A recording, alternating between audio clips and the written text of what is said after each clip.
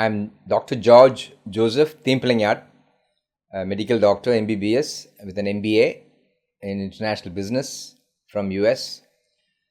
I'm here to talk to you today about the മാലിന്യം issues of Kerala.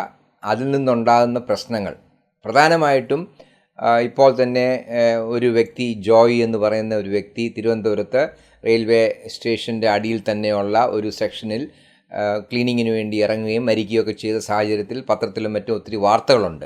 Thiruvananthapuram central സ്റ്റേഷന് സമീപമുള്ള ആമയിഴഞ്ഞാൻ തോട്ടിൽ 42-കാരനായ ശുചീകരണ തൊഴിലാളി ജോയിയുടെ ദാരുണമായ മുങ്ങിമരണം കേരള സമൂഹത്തെ ഞെട്ടിച്ചു.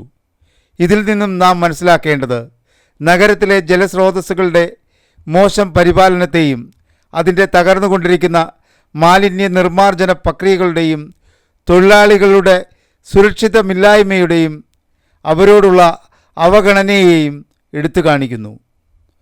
തിരുവനന്തപുരത്തിൻ്റെ ഹൃദയത്തിലൂടെ കടന്നുപോയിക്കൊണ്ടിരിക്കുന്ന ഈ കനാൽ നഗരത്തിൻ്റെ നിർണായക ജലപാതയാണ്. 2019 വെള്ളപ്പൊക്ക റിപ്പോർട്ട് പ്രകാരം വെള്ളപ്പൊക്കത്തിന് കാരണമാകുന്നത് ഈ ജലപാതയാണ്. ആമയിഴഞ്ഞാൻ കനാൽ സെൻട്രൽ റെയിൽവേ സ്റ്റേഷന്റെ താഴെയുള്ള തുരങ്കം തടസ്സപ്പെട്ടതാണ് ഈ പ്രദേശത്തെ വെള്ളപ്പൊക്കത്തിന് പ്രധാന കാരണമെന്ന് റിപ്പോർട്ട് കണ്ടെത്തി.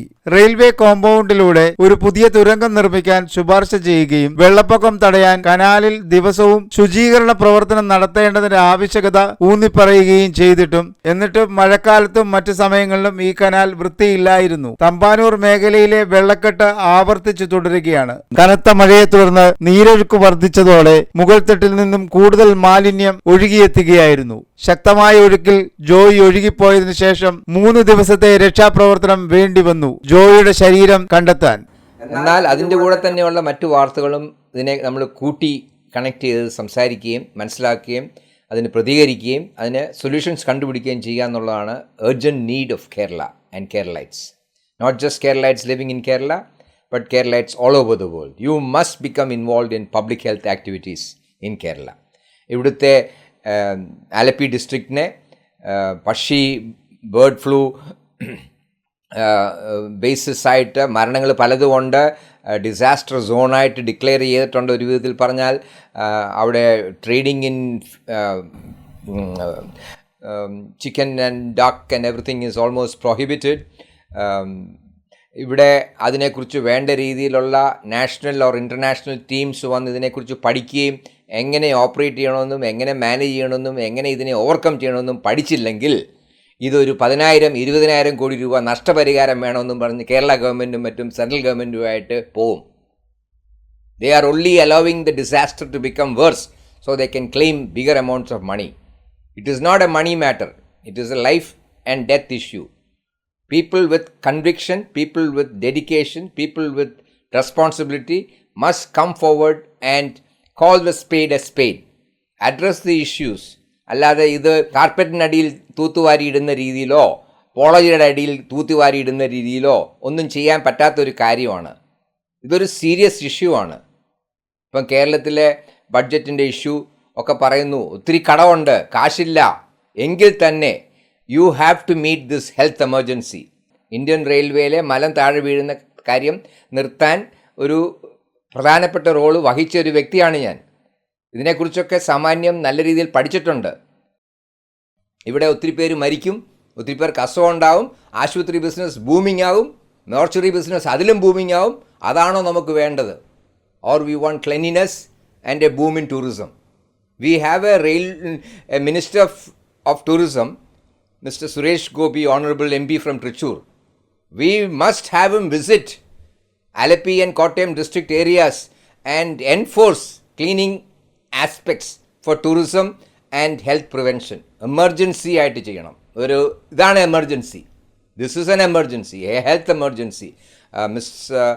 Veena George, the health minister, is doing her job in her own way, and it is time for her to become more conscious about national and international health concerns, health rules, health regulations, and make Kerala's standards of health one that is better than whatever it has been or whatever it is. ഇവിടുത്തെ ചപ്പ് വാരണം, അത് നല്ല രീതിയിൽ process ചെയ്യണം. ഇവിടുത്തെ മഴവെള്ളം പ്രോപ്പറായിട്ട് harvest ചെയ്യണം. ഇവിടുത്തെ കനാൽസും ആറുകളും നദികളല്ലാതെ തോടുകൾ, കായലുകൾ, ഇതിനകത്തെല്ലാം കിടക്കുന്ന ഈ പോള ഒരിക്കലും അനുവദിക്കാൻ പറ്റാത്തതാണ്. അതിങ്ങനെ കൂടുന്നത് ഒട്ടും ശരിയല്ല. അത് വെരി ഡേഞ്ചറസ് ആണ്. അത് ഈ ഭക്ഷ്യപ്പനി ബാധിക്കുന്നതിൽ ഒരു പ്രധാനപ്പെട്ട പങ്ക് വഹിക്കുന്നുണ്ട്. അത് definitely needs to be stopped and proper cleanliness is a must.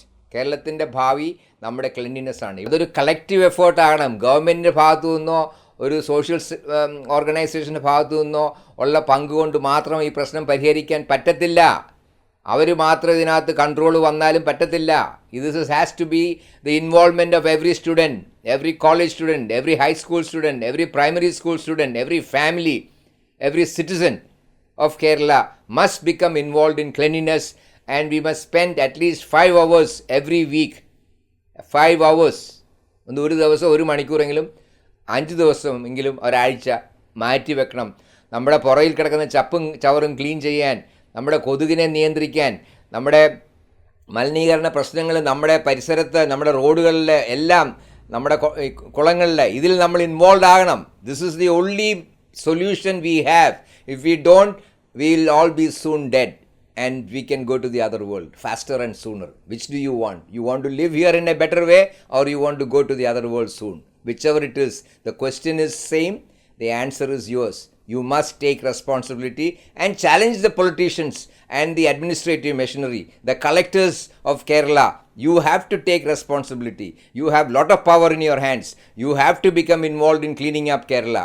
The ministers, yes, the MLAs, the MPs, they have been a failure. I say very honestly and to your face, you have not done the job you need to do. That is why we are in the situation we are in. തിരുവനന്തപുരത്തെ മാലിന്യ സംസ്കരണ നിർമ്മാർജ്ജനത്തിന്റെ വലിയ പ്രശ്നത്തിന്റെ ലക്ഷണമാണ് ആമയിഴഞ്ഞാൻ canal സംഭവം. മാലിന്യ സംസ്കരണത്തിൽ മാതൃകാ നഗരമായിരുന്ന കേരളത്തിന്റെ തലസ്ഥാനത്തെ പുതിയ കോർപ്പറേഷൻ നേതൃത്വത്തിൽ ആശങ്കാജനകമായ പിന്നോക്കാവസ്ഥയാണ് നാം കണ്ടുകഴിഞ്ഞത്. നഷ്ടപ്പെട്ട ഒരമ്മയുടെ മകന് വേണ്ടിയുള്ള നിലവിളി, അല്ലെങ്കിൽ നമ്മുടെ ജലാശയങ്ങളെ മൂടിക്കിടക്കുന്ന മാലിന്യ കൂമ്പാരങ്ങൾ, അല്ലെങ്കിൽ ജോയിയുടെ ശരീരം കണ്ടെത്താൻ രക്ഷാപ്രവർത്തകരുടെ കഷ്ടപ്പാടിന്റെയും പ്രയാസത്തിന്റെയും മുന്നിലെങ്കിലും നിങ്ങൾക്ക് കണ്ണ് നനയിച്ചിട്ടുണ്ടെങ്കിൽ നാം അറിയുക, ഒരുപക്ഷെ 1-ാം നമ്പർ കേരളം വളരെ അകലെയാണെന്ന യാഥാർത്ഥ്യത്തിലേക്ക് ഉണരാൻ നമുക്ക് നല്ല അവസരമുണ്ട്. ഓരോ തവണയും ഇത്തരം ദാരുണ മരണങ്ങൾ നാം ഒഴിവാക്കുമ്പോൾ ഈ ലക്ഷ്യം കൈവരിക്കുന്നതിൽ നാം ഒരുപടി മുന്നോട്ടു പോകുന്നു.